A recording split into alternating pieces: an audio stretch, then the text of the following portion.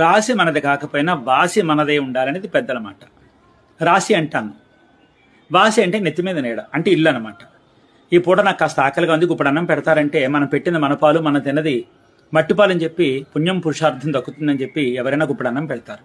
అంతే తప్ప నాకు ఇల్లు వాకిలి లేదు మీ ఇంట్లో ఉంటారంటే ఎవరు ఉంచుకుంటారు చెప్పండి, వెళ్ళి అవతలకంటారు కదా. అందుకే పెద్దలు ఏం చెప్తారంటే రాశి మనది కాకపోయినా పర్వాలేదు, అది ఎక్కడైనా ముడుతుంది, వాసి మాత్రం మనదే ఉండాలి.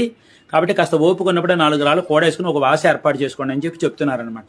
అంటే గతంలో ఇదే మాట చెప్పాను అనుకోండి, కాదని నన్ను చెప్పి చాలా రోజులైంది కదా, ఒకసారి పునశ్చరణ చేసినట్టు ఉంటుంది, అంటే జ్ఞాపకం చేసినట్టు ఉంటుందని మళ్ళీ ఈ వార్త చెప్తున్నాను అనమాట. అందుకే నెమ్మదిగా కాలు చేయి కూడ తీసుకుని ఏమిటి రూపాయి పోగు చేసుకుని రూపాయి పెట్టి శుభ్రంగా 20 గజాల మొక్క తీసుకోండి. 20 గజాల మొక్క ఏం చేసుకుంటామండి, మరి అంత బొత్తిగా అంత చిన్నదా అంటారమో, అవును తప్పే ఉంది. అవునండి, స్తోమత ఉన్నప్పుడు స్తోమత ఉన్నట్టుగా, స్తోమత లేనప్పుడు స్తోమత లేనట్టుగా తీసుకుంటాం, తప్పే ఉంది. ఒక ఒంటిలో వేసుకుంటాం, గది వేసుకుంటాం, కలిగి ఉన్నది ఏదో పచ్చడి మీద తింటాం, 4 పక్కల 4 రేకులు నెత్తి మీద 1 రేకు పడేసుకుంటాం, అయిపోయింది.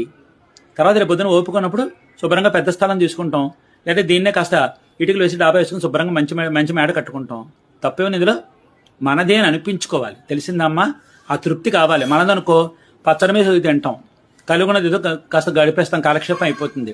20 గజాల మొక్కన్న ఏమీ నష్టమేమీ లేదు, తీసుకోండి. కాలు చేయకూడదు తీసుకున్నాక తర్వాత మళ్ళీ పెద్ద స్థలం తీసుకుందరులే, నష్టమేముంది ఇందులో. ఓపుకున్నప్పుడు కాస్త స్థలం ఏర్పాటు చేసుకోండి.